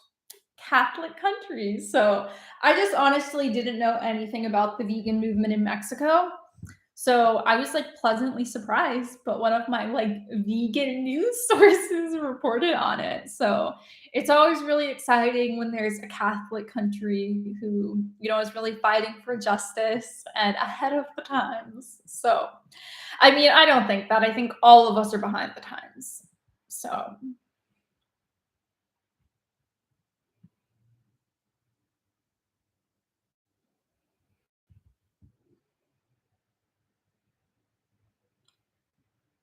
people are talking about Nicaragua and their politics, and I do not know about current events going on there. It's not something that is reported on in our country that much. And unfortunately, American education regarding history, regarding world history, is really bad. We mostly only learn about Europe and the US. It's horrible. There's so many countries in the world. And I wish I knew about Asia and Africa and Australia and New Zealand and South and Central America, like even Canada. Like we never talked about it in school. And I just think it would be so much more fun to learn about different countries rather than like what world history in US education. You learn about like the ancient Egyptians, Mesopotamia, that Roman Empire, and then you jump forward to the Enlightenment and Renaissance, and then Age of Exploration. So you kind of talk about like the Mayans and Aztecs a little bit, and then U.S. history and World War I, World War II. You know, like also Holocaust, but we don't talk about anything else. And I mean, even history departments in US colleges and universities completely leave out entire continents. It's horrible. So I really wish I knew more about other countries. And maybe that's a really cool thing. Maybe we should start on Audible. I can start reading books about different countries because we never talk about them. So super horrible. I remember like in elementary school, I was living in Indiana and we did like Indiana history and it was so boring. We were like talking about glaciers and stuff.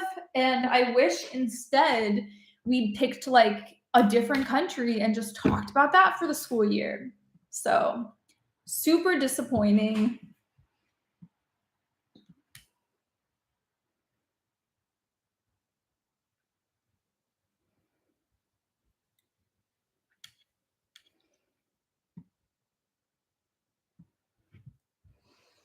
Alex says, thanks, Lizzie. I really appreciate your answer. Aw. I'm a Protestant currently, but because of your videos and other Catholics on YouTube, on Friday I went and talked to a priest at my university. Aw, I'm so happy for you. That's really cool. College is the perfect time to convert. I think college is just such an amazing time in life because you're away from your family for the first time, and so you can become fully independent on all of your thoughts and moral code and religion and all of that. And then you're growing emotionally and socially because your friends become like your full community because you're far away from your parents usually. And it's a great time also to go to therapy. I think like everyone should go to therapy because I think there are all like some unhealthy emotional dynamics in our families growing up. I think like most families have that. I've actually met some friends who I don't think they had any trauma from growing up. But everyone does have like some emotionally, I don't want to use the word toxic because I think people interpret that as a really strong word. But we've all been hurt growing up by our families, by unhealthy tendencies. And so college is the time when you're like disconnected from it and you can like talk to your other friends openly and find out like what happened at your house that really affected you negatively. So therapy, perfect time in college, free therapy at your college in the counseling center. So I highly recommend it.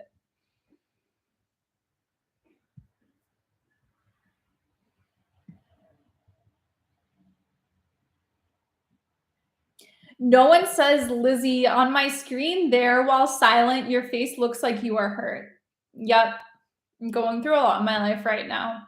I know a person can wear a mask, but you look so sad or hurt. I really hope things get better. Yeah, I mean, one of the things I'm hurting from, it's not gonna get better, but I mean, maybe I'll feel better about it, but it's kind of permanent. So, okay. Deidre Humphrey says, I'm a Catholic revert. I actually found your channel during a really dark manic depressive episode in the beginning of 2021 and it helped bring me back to the church. Aww.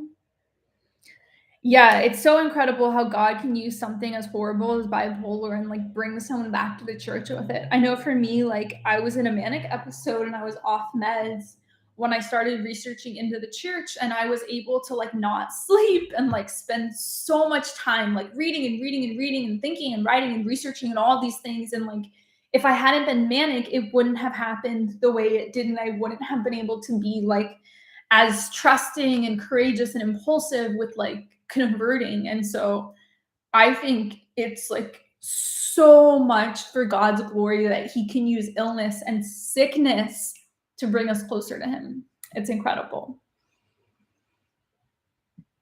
Aw, Deidre, it's still crazy to me that God used my bipolar to bring me back to the church and gave me someone to relate to. Aw.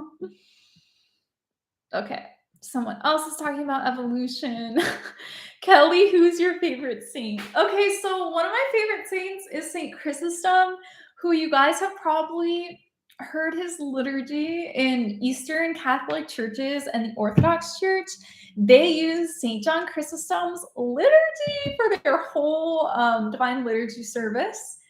I was going to say Mass, but actually, even for an Eastern Catholic church, it's not technically Mass. I don't know though. Do some of them, I wonder if they get offended if you say Mass. I don't know. It probably depends on the person. Anyway, so Chrysostom was an incredible Christian in the early church. And I was actually listening to one of Bishop Barron's homilies I think like a week ago. And he was quoting Aquinas. So apparently, like St. Thomas Aquinas and some of his friends were like visiting France. And I don't know the exact quote from it, but they were like, oh, France is so amazing. Like what I would give to experience France all the time. And Aquinas is like, France? I'd rather take Chrysostom's homilies on, and then like some on Matthew. It was like some book of the Bible. And he's like, I would rather have Chrysostom's homilies on this book than France. And so it was just so cool how Aquinas just like Chrysostom's commentary on a book of the Bible is like the most beautiful spiritual treasure. And I have read so many of Chrysostom's homilies on different Bible passages and books of the Bible, and the fact that like Aquinas, who I feel like we put Aquinas on like such a pedestal, like as we should, but it's really cool seeing him appreciating other epic Christians. It's kind of like, you know, he's like us too, where he looks at these like iconic Catholics and they're like his heroes. Like he's with us looking up at all these other epic Catholics. And so I love Chrysostom. I ask him to pray for me like all the time. I'm really, really excited to meet him one day. I'm really curious how heaven will be, because it's like so many people, right? And so like, does your guardian angel or like your patron saint like lead you around and introduce you to everyone? Or is it like certain saints know that you love them and so like they come meet you when you get into heaven? I don't know. I don't know what it'll be like, but I'm really, really excited. There's just so many amazing saints. And I think what's really cool is like, they'll know who we are too, the ones who we ask to pray for us, which I think is so incredible, because it's like, I always feel like a nobody and like kind of unworthy asking different saints to pray for me.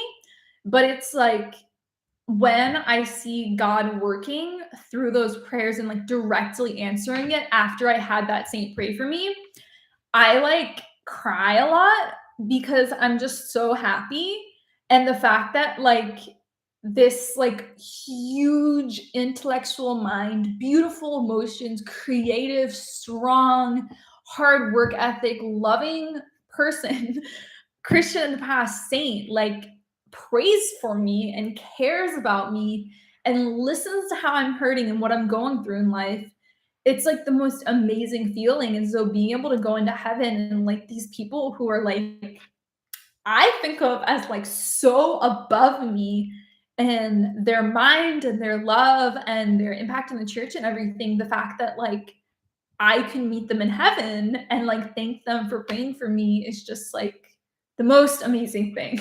And so I'm really looking forward to that, being able to like thank them in person for how they helped me through life. So Chrysostom was one of those people who I really, really want to meet. Travis says, hi, Lizzie. Hi, how are you? Deirdre says, I read somewhere that something that says the first people you meet in heaven are people you prayed for that help them get to heaven, like people in purgatory. You prayed for that helped them. That's really, really sweet. Aw. Or like people on earth who helped you get to heaven. Oh my goodness. I know it says in heaven that like you don't cry, but I cry when I feel strong emotions. I guess there'll be another way to like express ourselves in heaven. But like thinking about all these things, like I would be like sobbing because it's just like too much emotion to process. Travis says, I'm great. I hope you're doing well. Oh, okay. I haven't been going on Instagram that much, so I haven't been seeing any updates from you. I've been playing my brain game Elevate like all the time in my free time. So,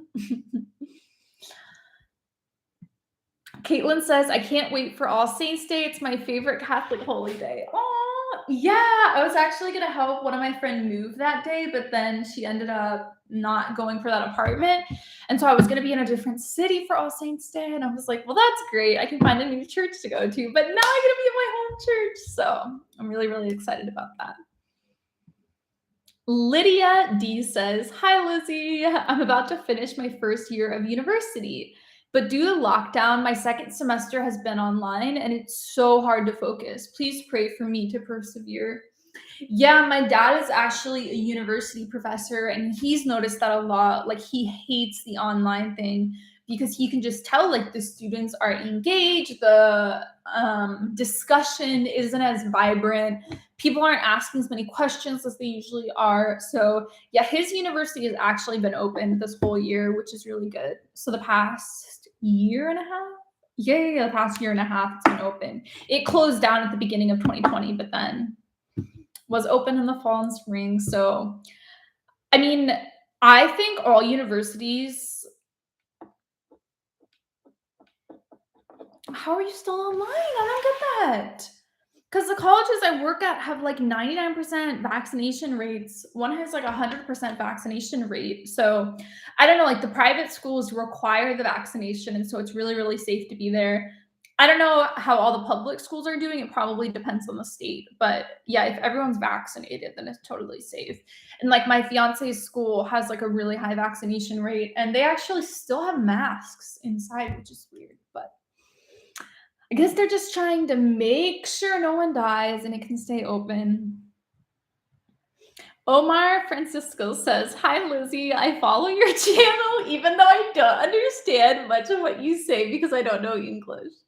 I'm from Nicaragua. Please send us a greeting in Spanish. God bless you. Okay, here.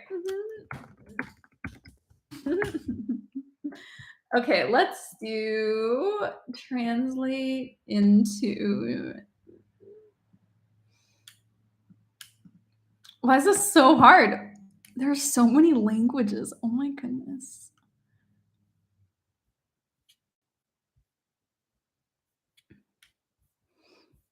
Okay, why is it not even giving me?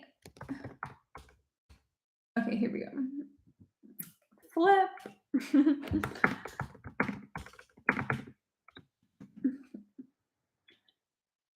What should I say in this message? Oh, wait. I should say her name in it. Okay, this actually happens to me like all the time where people who only speak Spanish come up to me in public and like think I know Spanish and start talking to me and like asking for help. Like if it's like at an airport or like a train station or like the bus station, situations like that, people come up to me and they start talking to me and I'm like, oh, I'm so sorry, like no hablo español. And then I like know a little bit of Spanish to where like I can kind of communicate. But what I always do is I just get out my phone and it has Google Translate on it. So you can type, I like have them type an entire message to me. And then I read it in English, then I type a response and give it to them. And so that's what I recommend if you're ever in a situation with someone who doesn't speak English, or if you live in another country and someone doesn't speak your native language, just take out your phone, Google Translate, and talk to them. I think a lot of people look to me because I think I look like an approachable person. That's what I think. Because people, like strangers, talk to me all the time. It's not just people who need help, like navigating getting where they're going. But like in so many public situations, like on airplanes, at restaurants, like everywhere, people just like come up to me and start talking to me. So it used to happen all the time on airports, and now with all the restrictions, people like are not being as social with me, which makes sense, but it's kind of sad. I miss when you can like talk to people on airplanes and stuff.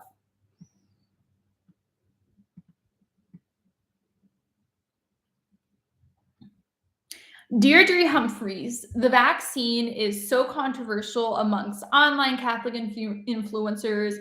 Some things people say scare me because I got it and they make me regret my decision. Yeah, it's all propaganda. What you have to do is just do your own research on it and don't listen to what someone is tweeting or posting if it's not linked to an article. Everything goes back to empirical facts and research. So do your own research, have your article saved in a document, and anytime you read something that makes you regret your vaccine, go back to the document, click on the articles, reread them, remind yourself about it. It's always better to just read for yourself. Monty says, "Are you Hispanic?" No, I did a DNA test earlier in the year because people always think I'm Hispanic. And then when I'm not wearing makeup, like eye makeup, people think I have some amount of Asian in me just because of my eyes. My dad actually has hooded eyes. And so I thought maybe I have some Asian in me too. But no, I have a little bit of African and then European. So no, but I did grow up in South Florida, so I did learn Spanish there. One time I heard people talking about me because they were speaking Spanish. It wasn't bad or anything, but they were speaking Spanish and they thought like, "Oh, she's white, like she won't understand what we're saying." But I did.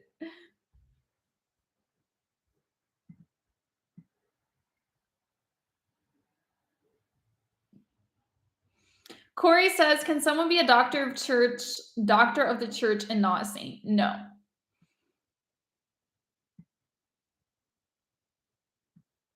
Fulton Sheen, future doctor of the church as well as saint. Can someone be a doctor of the church and not a saint?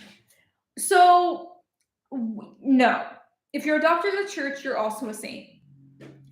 What some people say is controversial is if you can call someone a church father if they're not considered a saint. Some people do. Some people will say like Origen and Tertullian are church fathers, even though like they were a heretic at the end of their life and not a saint. Although Origen, I personally think he's in heaven. I mean, we'll see. I pray for his soul if he's in purgatory, but I think he's going to be in heaven just because he wasn't declared a heretic until like after he died, which like most people who are not saints and were like, influential Catholics on earth, they get condemned like in their lifetime. And so the fact that he didn't yeah, it just kind of makes me think like, what if they were just like misrepresenting his writings and like misunderstanding him? So I hope Origin is in heaven. Really excited to meet him if he's there. Okay. Caitlin says, "I'm vaccinated and think the vaccine is good, but I'm uncomfortable about the mandates." So I was before it was FDA approved. Now that it's FDA approved, no one has an issue to be mad about it because we have forced vaccinations for so many things. Like to go to public elementary school, you have to have a vaccine documents from your doctor for like so many vaccines. And everyone accepts that. And if you don't want to go to school, then don't go to school. But it's like that's just a normal thing in our culture where people get vaccinated so that we get to herd immunity. And yeah, COVID is FDA approved now. And so yeah, before it was FDA approved, I understand people are like, this is an experimental vaccine. We don't know if it's safe or not. But now that millions of people have gotten it and it's FDA approved, there's no reason people shouldn't get it. And I've actually heard people say, "I don't care if people die who aren't vaccinated." I do. I don't want people to die needlessly. And there's also people who can't get vaccinated because their immune system isn't working. Like if they have certain illnesses or going through cancer treatment, they can get vaccinated, but it won't give them any antibodies. And so those people could also die. And so, yeah, if there weren't people who couldn't get vaccinated or the vaccine didn't work on them, and only the people who chose to not get vaccinated were going to die, I think that's a different situation. But the fact that people who won't get vaccinated are putting other people's lives at risk who just can't get vaccinated because of their illness, that's the issue to me, because it's like you're affecting their lives. So, yeah, I've seen people are like quitting their jobs when it's a forced vaccination, which is like so weird to me. I mean, some people might be in a really good place financially and have like a huge amount of savings, but most people like don't have the luxury to quit their job. So, Kelly, what is your favorite part of Mass? Thank you for changing the conversation. It's exhausting always talking about the pandemic. My favorite part of Mass is during the liturgy of the Eucharist when we say, Lord, I'm unworthy that you should enter under my roof, but only say the word and my soul shall be healed. That's my favorite part of Mass. And it's so cool because it's coming from the Bible story when the guy wanted Jesus to heal his family member. And he's like, Lord, you don't even need to come to my house. I'm unworthy that you should come under my roof, but only say the word, and my son, I think it was, my son shall be healed. And so Jesus immediately healed him without even being there. And so it's so cool that like this random person that Jesus met, his words are like part of every single Mass now. I think that's so cool. So we'll meet that guy in heaven too, and I'll be like, thank you for creating my favorite part of Mass. No one, I need to go to bed. So good night, everyone. And Lizzie, I ask God to help with your issues, however things go. I hope everything gets better. So serious. Oh, thank you for praying.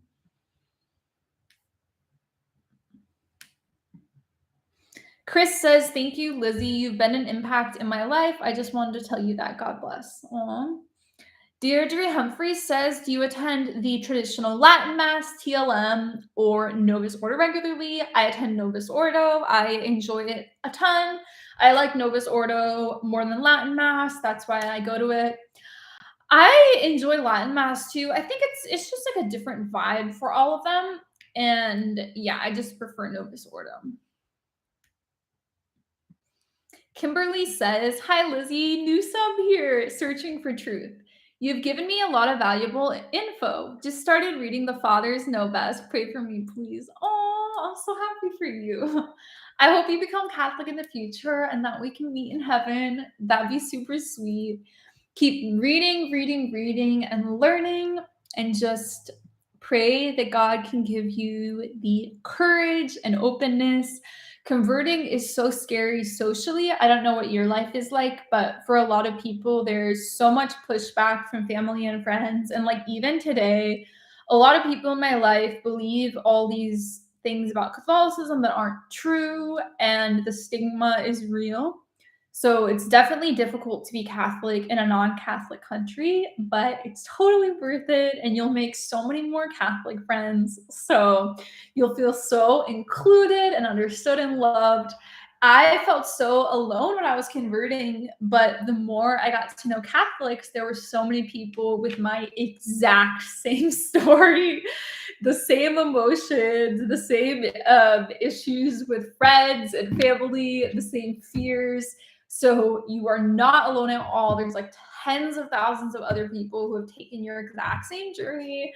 And so it can feel very overwhelming and scary in the midst of it. But I wish I'd known when I was going through it that so many other people made the same journey and turned out okay. And we're really, really happy and peaceful in the end.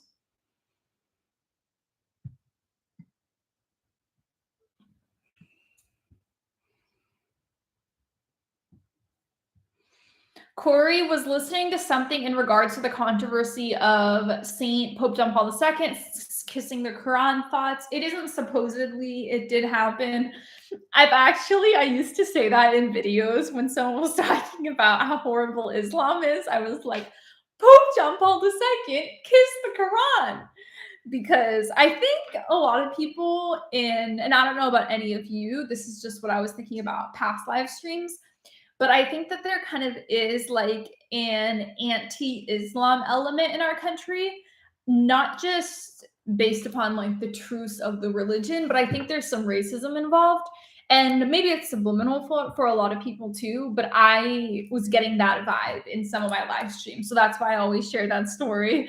Because people who are more conservative, I'm not saying conservative people are more likely to be racist against Muslims, but the type of people, it's like a square is a rectangle, but a rectangle isn't a square type thing.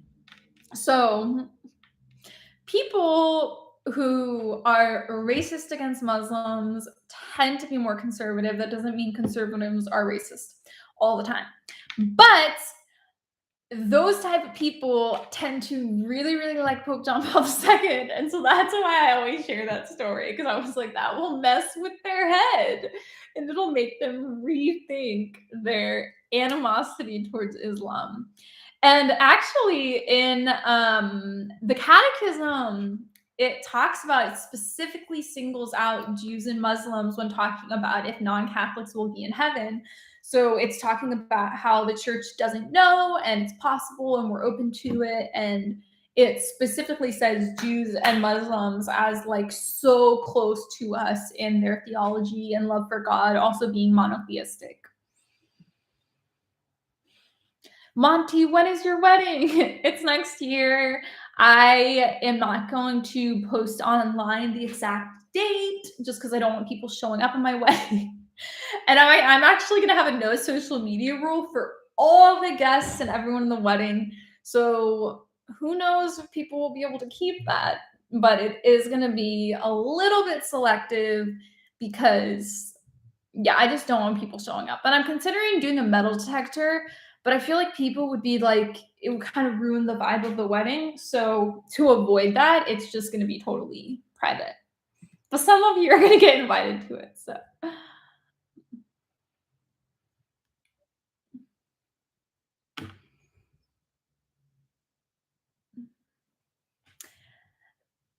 Alex Jumpfrey says, I live in Northern Ireland where there is a huge Protestant versus Catholic divide, which led to a lot of terrorism called the Troubles. So although I want to follow wherever the truth leads, I have to be aware of that, and it can feel quite isolating.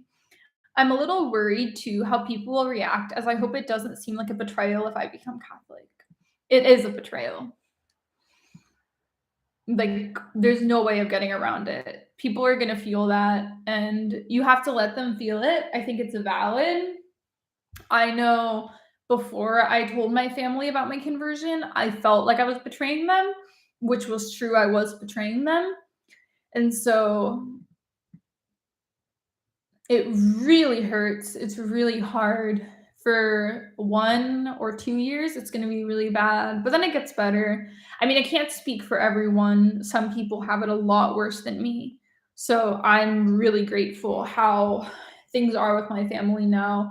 I've met people who it's been like 4 or 5 years and they still don't have a normal relationship with their family. But I mean, Jesus says, if you don't leave, if you're not willing to leave father and mother and brother and sister and child for my sake, then you're not worthy to be my disciple. Those are words out of the Bible. And so I think, I can't speak for your country, but in mine, because we're majority Christian and majority Protestant, as a Protestant, it was really easy for me to be Protestant. It was just going along with the culture. And so when I left that and became a minority religion, it suddenly became really hard. And I think that because I was part of the majority, I was like, oh, this is how Christianity is. And it's like, no, Christianity, God requires extreme sacrifice in many situations, and that's just how Christianity is. So it will be really hard, but God can still work good through all the pain.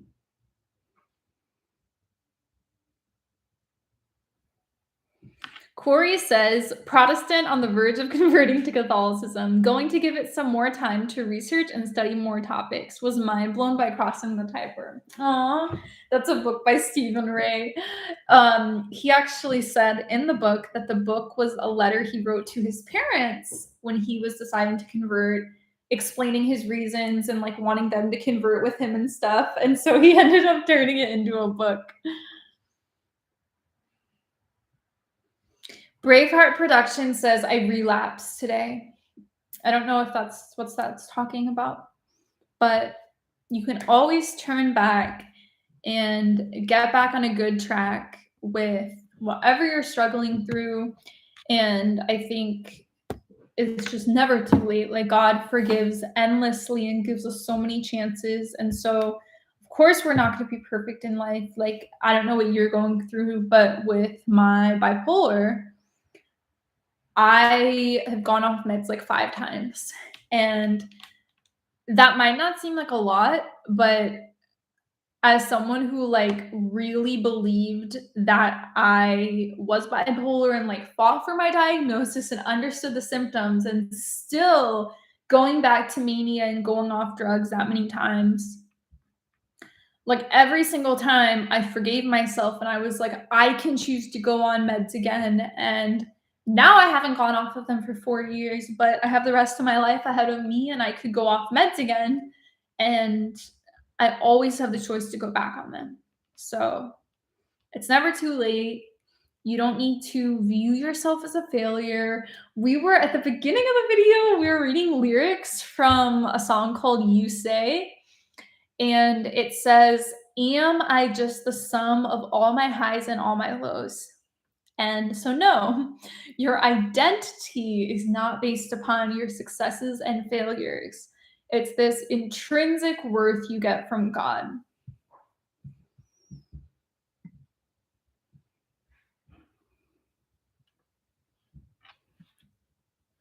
Okay, Corey, how do Catholics reconcile being able to lose your salvation and salvation not being of works? Big questions that I've addressed in direct videos. So the first thing I want to say is that the Bible talks about not once saved, always saved. So one example, my next video going up is about Catholicism and alcohol. And Paul lists off sins of people who will not inherit the kingdom of heaven. And he's writing, his target audience is to churches.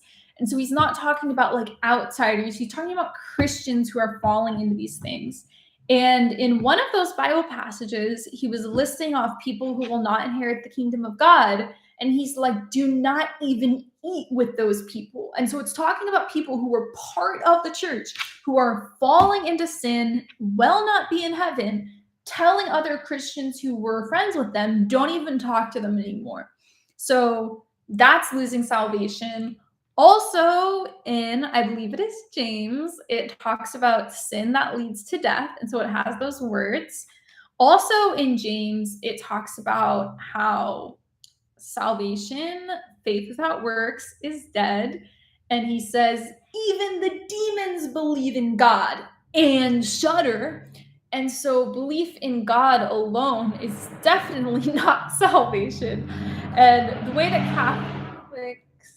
that Catholics understand it is that faith, works, and grace are all intertwined in the same thing. And so any action of righteousness that's happening within our lives is because God is living in us and his grace is working through us, including non-Christians. It's always God working through us when we do good.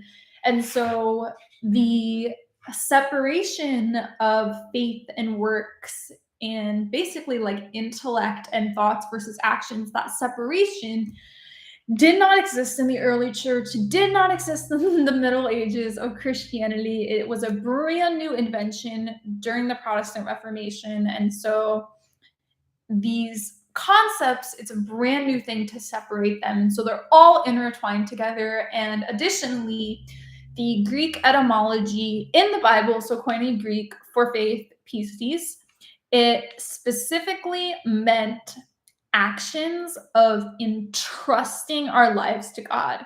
So pistis was not just, I intellectually believe God exists, which again, James says demons believe in it and shudder.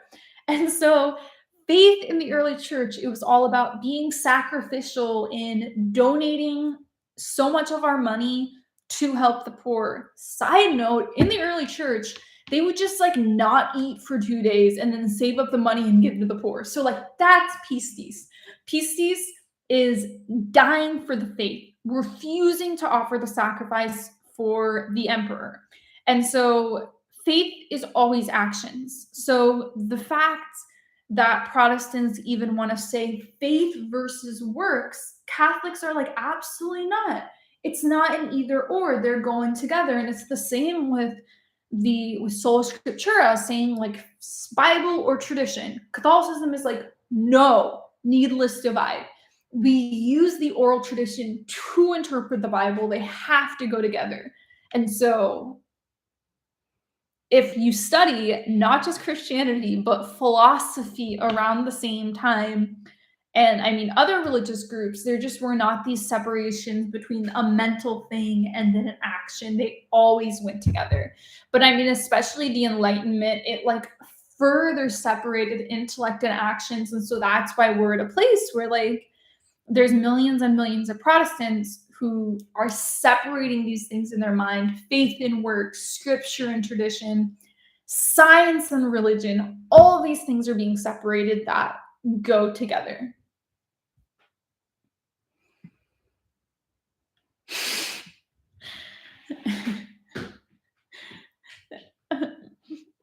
Someone just said Halloween is diabolical. I don't really like Halloween that much. I'm just like, my family never went trick-or-treating. I think because my parents like are into health. I don't know. We would hand out candy and dress up and do like parties at school and stuff.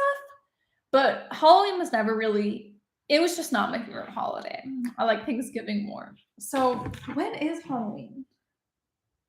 Yeah, I was gonna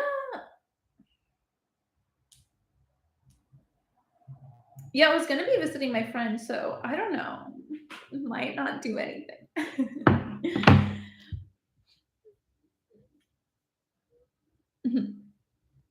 A Google account says, can't wait for spooky Halloween. Caitlin says, Halloween is Catholic, actually. All of the holidays are St. Patrick's Day, Valentine's Day, Christmas, Easter. Thanksgiving isn't Catholic. Lizzie, your hair looks so nice. Thank you. It's my new ponytail extension. So this is my real hair. And this is my ponytail extension hair. It's so long. Okay. Shakeem, you don't know when Halloween is? No, I know what day it's on. I was just saying like which day of the week it's on. It's on a Sunday this year. I was going to visit one of my friends on November 1st to help her move. And so I would have been there on Halloween. And so I was like, would that have been when I was there? But probably not going on that trip anymore. Keith, Halloween is 2 weeks from tomorrow. Oh my goodness. This year has gone by so fast.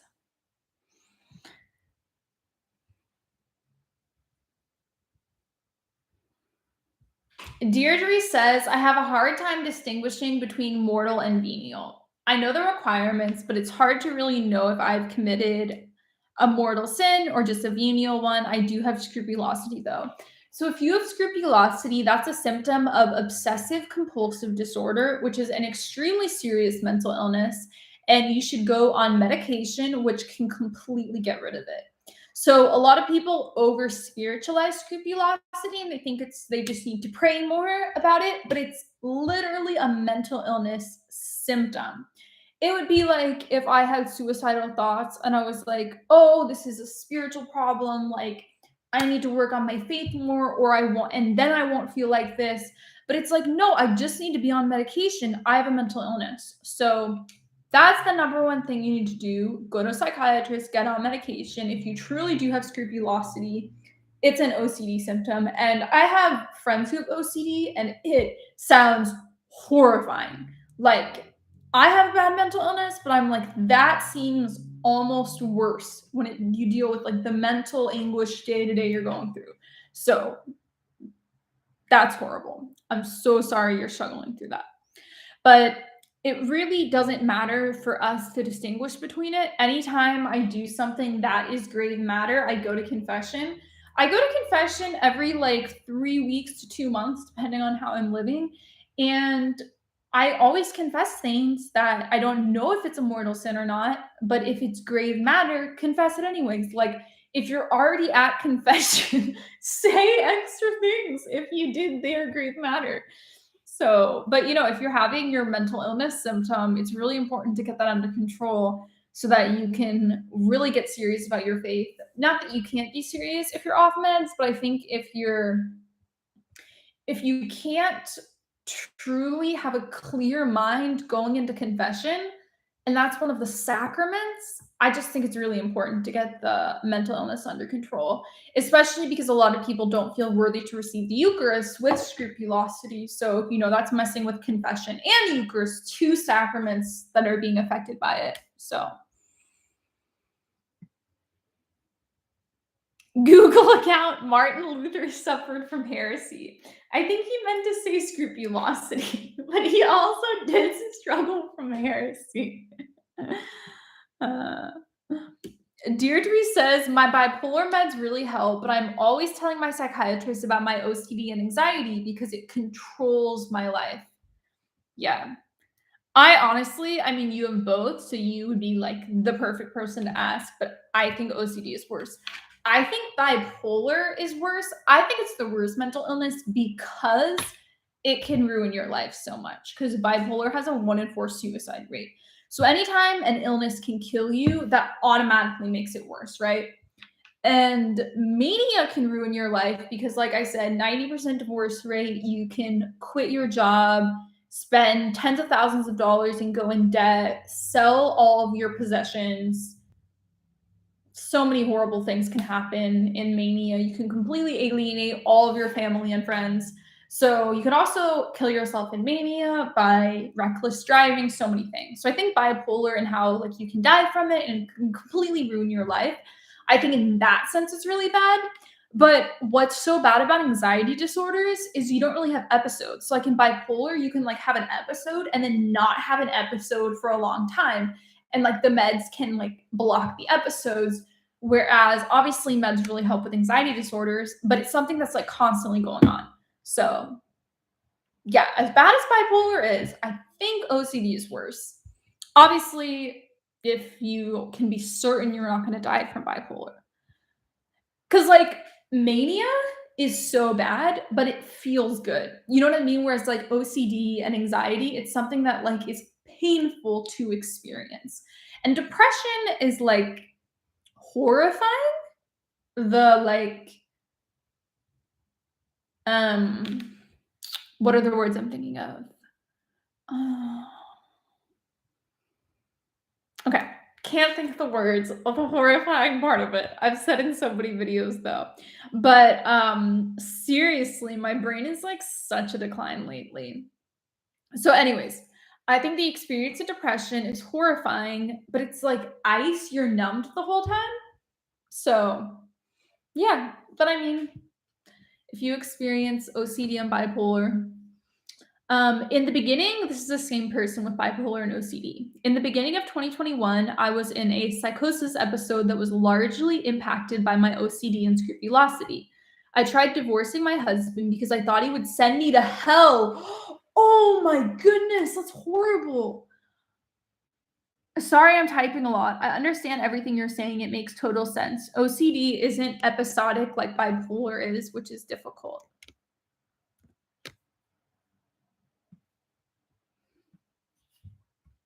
Yeah, one of my best friends has anxiety, and so I hear about it, and she is on medication and stuff, but it's something that affects like every part of her life. Whereas I feel like, I don't know, I guess depression and mania do too, but it's just different. Kate says, did you have side effects when you started your meds for the first time? I just started for anxiety. Absolutely. I had the worst side effects tapering on medication. I have like a very sensitive body, like when it comes to sickness and like nutritional deficiencies. Like I just feel things very strongly physically. And so it was the worst. And I have a really high metabolism. And so I think that affected me more as well. So I would get like nauseous, exhausted, almost pass out, really, really dizzy. I would throw up. I would have like heat flashes. What else? It depended on each one. Like the only medications I went on were Wellbutrin, Prozac, Cymbalta, which is also diloxetine, lithium, Lamictal, Seroquel. I was on another one for 6 months. I don't even remember what it was called. I could look up bipolar mood stabilizers and find it. Oh, I also went on Abilify. I couldn't breathe on that one. I mean, I could breathe. It was just like hard to breathe. So I went off of it immediately. It's weird because I don't really have any allergies, but okay, here we go. Here's a list of bipolar meds. It doesn't even list them. Why is there not like a list of all the bipolar meds? Oh, here we go. Okay. Trileptal. Trileptal is what I've been on. Trileptal, Lamictal. I've never been on Depakote. Someone tried to put me on Depakote. I was like, nope, never going on Depakote. I thought it was too strong. This is such a good chart. It shows all the medications. SNRI, SSRI, tricyclics. If I'm on any of these, no, I've never been on any tricyclics. Oh, I've been on Vraylar and also what was the other one called? It started with an S. Let's see. Second generation. I think it's second generation. I feel like it's third generation. Let's see. Huh, it's not even on the list. I guess it's so new. Basically, first generation is just like older drugs, and then depending on the newer ones they've created. So yeah, so some of the really good anti psychotics, they're so new that they haven't been able to create the generic one. So basically with like all mental illness drugs, they have like the original, which is like $1,000 a month, and then like the exact same one, but like a different lab made it, that's like $10 a month. So some of the newer medications, they don't have the $10 a month one yet. So it's really hard to get insurance to cover it. So I had to go off one earlier this year because my insurance changed. Google account says you said you tried my medication Latuda. What's the other name for Latuda? Latuda. Maybe that's the one I'm thinking of, but I can't think of the name. Oh yeah. So I went on this one before I went on Vraylar because my insurance wouldn't cover that, and then I did Vraylar and insurance covered that.